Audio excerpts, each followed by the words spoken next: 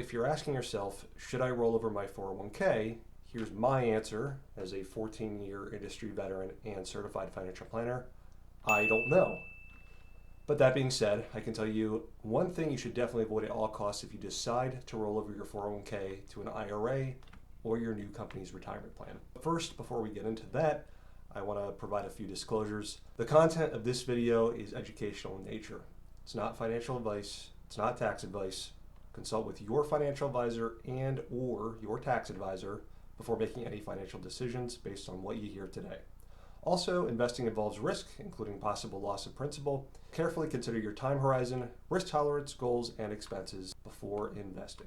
If you recently left a job and you have an old retirement plan, you're now on the fence about whether to roll it over.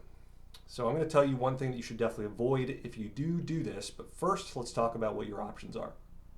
So for our purposes today, we're talking about tax-deferred 401k balances, not Roth 401k balances. So that means money that you're putting into your plan and it's reducing your salary, resulting in you having less of a taxable income at the end of a given tax year that you make those contributions.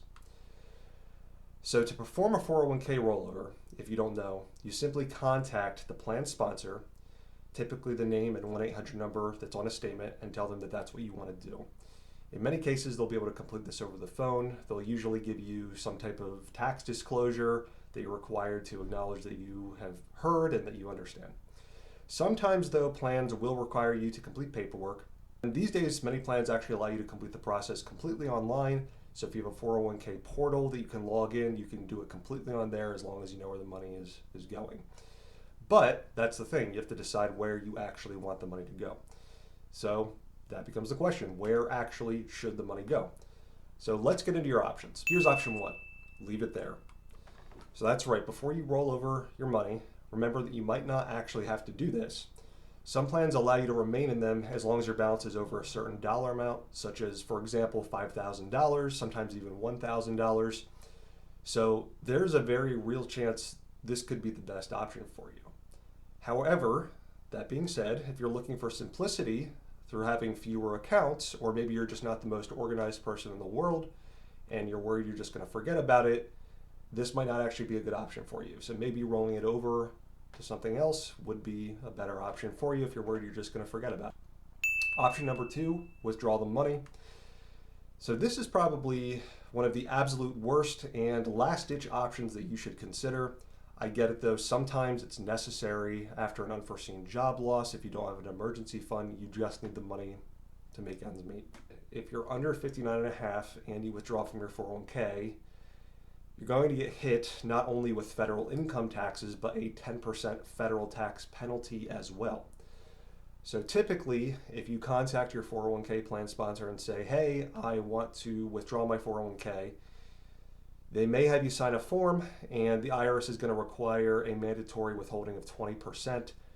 That might not cover everything that you actually owe. So say you owe a 10% tax penalty, but you're in the 15% average tax bracket. That's 25% that you owe, which means at the end of the year, the 20% mandatory withholding doesn't cover your entire tax burden. If it doesn't, at the end of the year, you're going to end up owing a little bit more money. So keep that in mind and be sure to set a little bit of money aside for potential additional tax penalties that you might have. Furthermore, depending on the state that you live in, sometimes mandatory state income tax withholding could be required. So check your state's rules, because even if mandatory withholding isn't required, it doesn't mean you might not owe state income taxes at tax time. So there's a notable exception, and that is called the age 55 rule. If you leave your job, quit, retire, or are terminated in the year you turn 55 or later, you can withdraw from that employer's 401k without a 10% penalty. You'll still owe federal income taxes, so remember, just because there's no penalty doesn't mean you don't owe federal income taxes. There's also even an age 50 rule for certain public safety employees like police, firefighters, and EMTs. Otherwise, you have to be over age 59 and a half for penalty-free withdrawals from your 401k. Option three, you can roll it into your new 401k. This is a popular option for people who find it easier to keep all of their money, which is geared towards one specific purpose or goal, which in this case would be retirement, in one place. Pretty much all plans allow money to be rolled into them from an old employer plan, with only a few exceptions that we won't get into today. But does it actually make sense to do this? Here's how you go about addressing that question. First, you want to check your current plan's expenses and compare with your new plan's expenses. For example, large employers often have the scale to have mutual fund lineups with substantially lower expenses than small employers. So it's possible that you could be increasing your expenses by consolidating, especially if your new employer is a small company and or has what's known as a startup plan that's only been around for a couple of years or less. Startup plans typically have higher expenses simply because overall plan balances are lower and less scale, less reduced cost. That's why the expenses are higher. Some plans also have a broader fund lineup than others. If your current plan has dozens of options that you like and your new plan only has, say, like a dozen or less, you may be missing out on the opportunity to invest how you want. Finally, option 4, roll it into your own IRA, which stands for individual retirement account. But proceed with caution, and here is the mistake to avoid. If you roll over your 401k to an IRA, it allows you to invest the money for retirement exactly how you want. That means you get to pick the funds, you get to pick the stocks, get to pick the bonds or other investments that you like, not that your employer and their 401k guy has decided that are right for you. So this option gives you the most control, which is why it's probably the most popular option. A rollover allows you to avoid federal and state income taxes and penalties and retain tax-deferred growth you've already accumulated from saving. Just like rolling into a new 401k, you should ask, does this actually make sense for me to do? If you feel like you need guidance and simplicity, it might not make sense. You still have to research funds and stocks, but that being said, there's many free tools out there today, so this really might not be as bad as you think. Still, if you're busy, it's another thing to add to your list, and if you're worried about forgetting to do it, or if you're worried about just making a mistake and you're going to lose sleep over it, you're probably better off going with one of our previous options, which is leaving it your old employer or rolling it into a new plan. A financial advisor can also open an IRA and help you manage it.